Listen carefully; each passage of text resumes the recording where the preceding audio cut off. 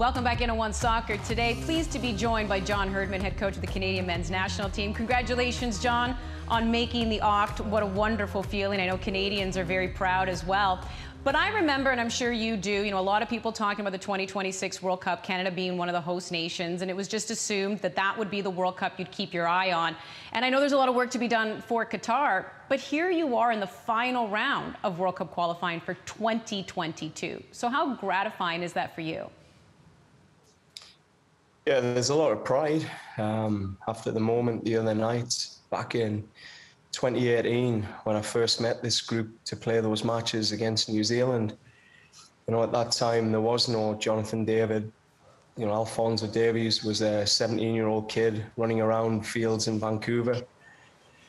And there was no Stefan Eustáquio, no Scott Kennedy, no Alistair Johnson, no Tejan Buchanan. But at that time, we made a commitment as a group of men to be that last group of people to earn the right to play at a World Cup. And that's been the commitment all along. The purpose hasn't changed. Atiba, Junior, Scotty Arfield, Milan Boyan, Osario Piet, etc., they were all in that journey, with a clear mindset that 2022 would lay a foundation for 2026. And if you really want to compete in 2026 and make this home World Cup the best experience for Canadian fans and our people, we've got to push hard to get to 2022, because that experience will set us up for success. Hear, hear. 6 games down, top-notch, emphatic performances, John. The 31 goals jumps right off the page, record-setting goals for a season. But I'm going to go the other way. The defensive performances were very good as well. Only 1 goal conceded, and that goal really was a gift. So coming into this camp, I know that there were some questions about what that defensive look would be like. Have some of those questions been answered? Yeah, you're right to ask that question, but also to raise and celebrate that part of our game.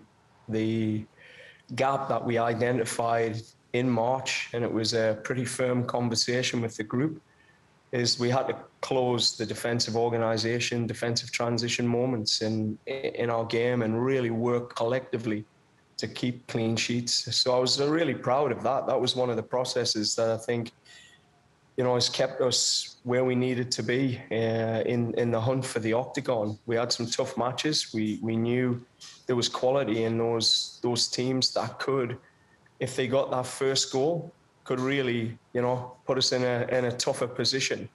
So, a lot of pride in the work that's gone in. And, we took some gambles with Scott Kennedy and Alistair Johnston. We changed the structure to really try and put the right people in the right positions on the pitch that created more of a collective defensive unit. So, yeah, we're happy. We have to say we're happy at this stage coming out of, those 3 tough matches, Suriname and obviously Haiti, but also the concentration against Aruba and Cayman Islands. Again, I thought the boys were just so on it that we never gave them an inch. John, we all enjoyed seeing Milan Boyan and the rest of the players celebrating on the field after that full-time whistle and securing their place in the octagon. Can you just describe what the emotions were like for you in that moment, being with your team, knowing that you've secured that result? Yeah, just a lot of emotions. It's been a tough year, I'm telling you. It's been a hell of a year, and even a tough 3 years. I mean, when you've been through this journey as a coach and you're stepping into new territory and trying to break new ground, it's not easy. We've been questioned as a coach. We've been questioned as players. And, I think we showed our pride. As I said, Ollie, the biggest moment for me, the most important moment was hearing those boys sing that anthem in the Haiti game, because I actually felt, for the first time I've been here, they took full responsibility for that flag and felt the nation that they're from and played for it in a way that they were going to sacrifice everything, their body, their health, whatever. It just, that to me was the most important part of this whole experience. The team have become Canada. They're not individuals anymore. They're not part of Little Italy or part of Little Croatia or part of Little England when these World Cups are on. I feel like they've surrendered that, and they're now fully fighting for the people of this country. And to feel that as a coach, I felt it in the women's team. You know that you're in a good place. You're in a really good place. So when those celebrations happen, that's the result, but there's a process that have taken them to that point, and I'm really proud of that, what the leaders have done in this team, what the staff have done collectively in the organization to help build that trust that brought us to this point. But we've got a long way to go, that's for sure.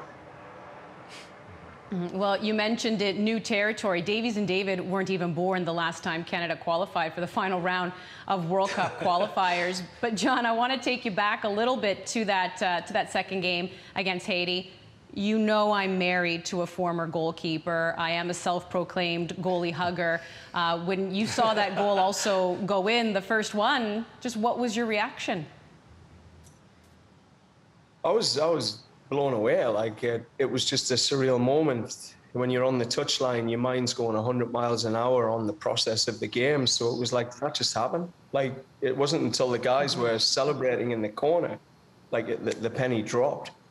And as I've said, the universe sort of turned for us. You know, we had a moment like that in the Gold Cup where it just gave Haiti that sixth gear, that little mistake, you know, from a goalkeeper / defender. It was a tough moment for us. And sometimes those moments are just hard to recover from.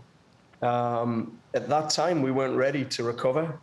Now might be different. And for Haiti, that was a great learning moment for them as a team, you know, how they handled that moment. But certainly for us, we were able to just drop our shoulders. It was like the top had just come off the bottle and you could feel the pressure just release. And then you just seen the real, for me, the real Canada, the quality that we have in that team, the passing ability. So it was good. And I said to the boys, I said, look, you make your own luck. They were pressing.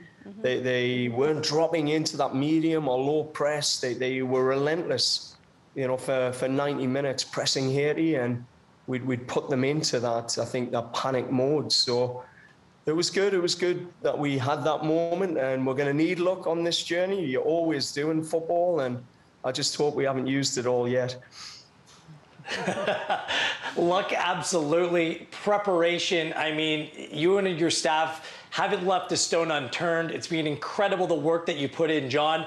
But the work doesn't stop here. You're well aware of that. The Gold Cup right around the corner. It starts on July 11th. You said at the beginning of this window, it would take 6 or 7 more games to see this Canadian team really find their rhythm and kind of reach their peak, or somewhere near that. So what do these games along the way at the Gold Cup mean for you in preparation, and how much better can this team be come September? I think it can be a lot better. It's a process with a lot of new faces. You see how young that group of players are, and you see the combined caps that they've had together. And that's always been the strength of people like Haiti. You know, they've had, you know, these consistent squads that have rolled out. But for us, it's the first time now I feel like we've got a nucleus of players that will be able to just continually roll through and build more experience together, more experience through high quality games. Like the US and Mexico, they've been picking up high quality games in the friendly windows when we've had to play, you know, like I say, the Cayman Islands. So the Gold Cup is just gonna keep providing more tests for this group, more problems, tactically different, you know, playing styles, blueprints. For 3 years, Gareth, we were playing against teams that were predominantly operating on a lower block. So you're you know, becoming an expert team at breaking lower blocks and scoring goals, but not, you know, an expert in those transitional games. And I think the Gold Cup will give us a lot of experience in that, just on how to be super smart against much better quality forward lines, i.e. the USA or Mexico. So the game against the US is one that's circled on our calendar, just you know, as a good test for this team, another stepping stone. And you know, all roads are leading to the World Cup. Like the Gold Cup would be great to win, and obviously you go to a tournament to win. But, you know, the biggest thing that we can do for this country is qualify for Qatar. And we will not budge on that progression of our group to get to that point. And hopefully winning the Gold Cup along the way would be an awesome trophy to bring back to Canada, like Jason DeVos and the crew brought it back in the 2000s. When you look ahead to these 14 World Cup qualifiers you've got now, John, we've talked a lot about the impact that this could have on the country and on the national team program at all different levels. What kind of excites you the most about the opportunity that you've got here? I think home games. I really do. Like the home games are just bringing the fans on a journey. Like I've experienced it when we came back with a bronze medal and the country's fan base trusted the women's team. We sold out a stadium in 2 hours and the atmosphere was electric. We had 15,000 turn up to a training session.